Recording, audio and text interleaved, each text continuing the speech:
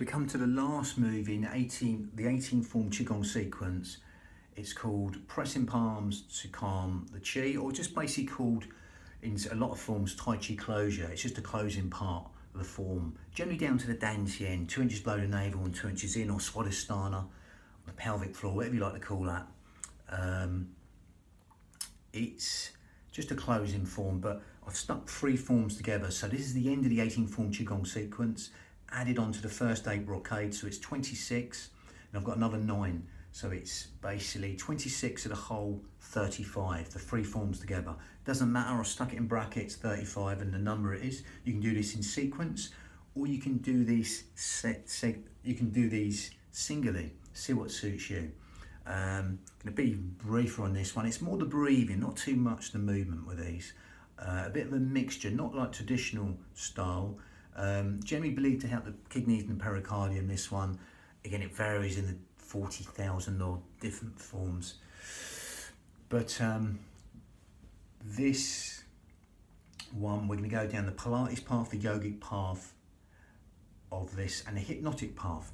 So with this, we're going to start straight with the breathing. It's a nice simple motion where you just close down, but we're going to do it a little bit different because it's still within the form. We're not really closing a whole lot. So let's just go with the breathing and start off with. So we're going to zip up pelvic floor, scoop out your abdominals in a traditional Pilates manner, which is going to help us breathe into these fish gills, 3D style, these lower lobes of lungs, as if you've got a sort of scarf tightly around your ribs and you're breathing in that scarf wide and full.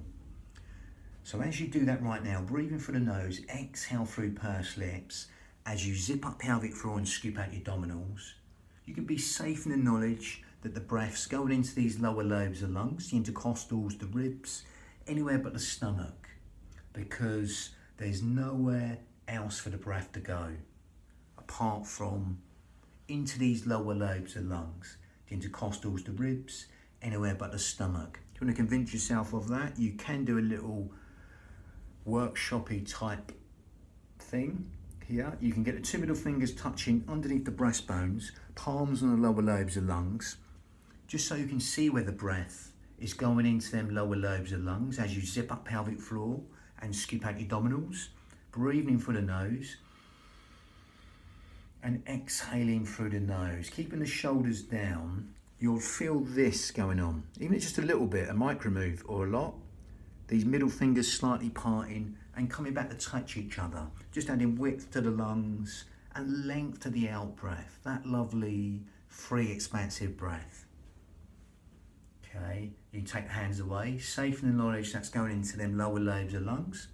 It's what we call lateral thoracic breathing, which helps us use the pelvic floor and the corset in the most efficient manner, helping us breathe anywhere but the belly button, helping us breathe into these lower lobes of lungs, the intercostals, the ribs, anywhere but the stomach. Lovely. And as you breathe in through the nose and exhale through pursed lips, as if you're sort of blowing out a candle through pursed lips, that's gonna help us use the pelvic floor and the corset muscle, the transversus abdominis, the corset muscle, 3 layers deep. By tucking the belly button, zipping up pelvic floor, that helps us use them muscles in the most efficient manner by helping us not breathe there, but breathe into these lower lobes of lungs, because there's nowhere else the breath to go apart from into them lower lobes of lungs. Now, if you want to close the mouth and breathing it out through the nose, we go down slightly more the yogic path in a manner, one of the yogic styles of breathing. Breathing it out through the nose, that smaller filter for the nose is slightly more filtering breath now, but you're still zipping up pelvic floor, scooping out your abdominals, taking the navel towards the spine, and that's going to help us breathe in a more filtered fashion. That will lengthen the whole wheel cycle of the breath through that smaller filter for the nose, that slightly more yogic breath. Okay, now if you want to take your mind to the out breath, and that'll naturally feel as it wants to fall longer than the in breath, take your mind consciously to that out breath and do that. Lengthen the out breath longer than the in breath. quadruple it, double it, triple it, whatever you like the out breath. Make it longer than the in breath. Okay, and that will encourage the housekeeping properties and benefits of the body. All the things you don't think about. Renewal, health, that state of well-being, sleep, digestion, rest and relaxation are all being benefited. Even organ functions, cellular communication are benefited by simply elongating the out breath longer than the in breath and allowing that simplicity just to relax the mind at will. Lovely. Now you can stay with that, or you can take it onto Ujjayi breath, victorious breath, a slightly more advanced yogic breath, because we've lengthened the out breath longer than the in breath in a sort of more hypnotic manner, okay, and benefiting that parasympathetic nervous system. That breath's fine, but if you want to make it more advanced, if you can't get this, don't worry, carry on breathing as we are. Otherwise we grip at the esophagus and it makes this sound. A soft, sweet, sighing, silky sound from the back of the throat, nearly sort of Darth Vader breath in a way. It's like a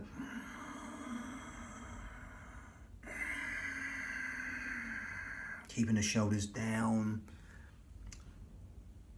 That will give the mind something to focus on with the form.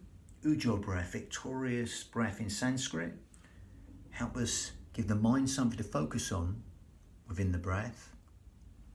Help us build the heat in the body, help us fan the fire to burn all the toxins in the body. Ujjayi breath, victorious breath.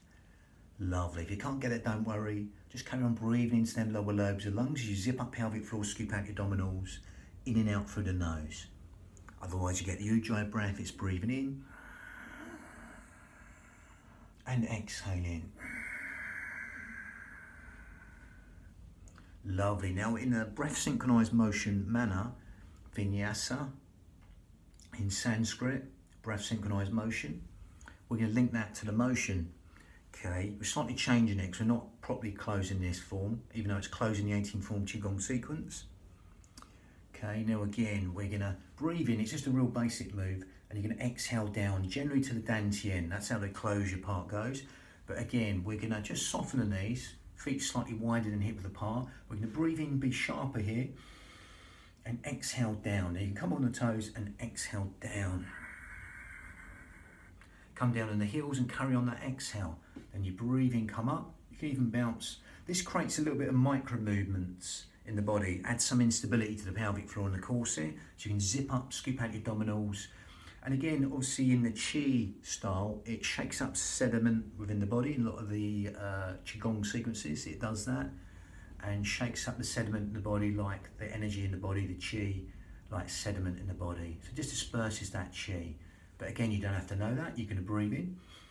All that lymph drainage from the hands, draining down towards the heart, and you exhale down for a little bit longer. If you want to come up on the toes, you can do, or come down on the heels. When you do want to come down on the heels, you can do. And again, just helps that bone density, a little bit of this impact on the bones. Zipping up, scooping out abdominals against that instability that throws on the corset. Exhaling down. Breathing, coming up, shaking all that lymph drainage down and towards the heart. Exhaling down for longer. If your heels touch the ground further, you can go deeper. I'll go no deeper than knees in line with toes, or less. I'm bringing them Iyengar principles in, not going down deeper than knees in line with toes. That's optional to you. Okay, Iyengar yoga principles there. But again, gathering, zip up and hollow. And again, we're going to open up the next move, the Himalayan 9 form I learnt there. So we're going to add that onto the end of this. Okay, but that was the last in the 18 form qigong sequence, which is added on to the 8 brocades, 26 of the whole 35. Bang.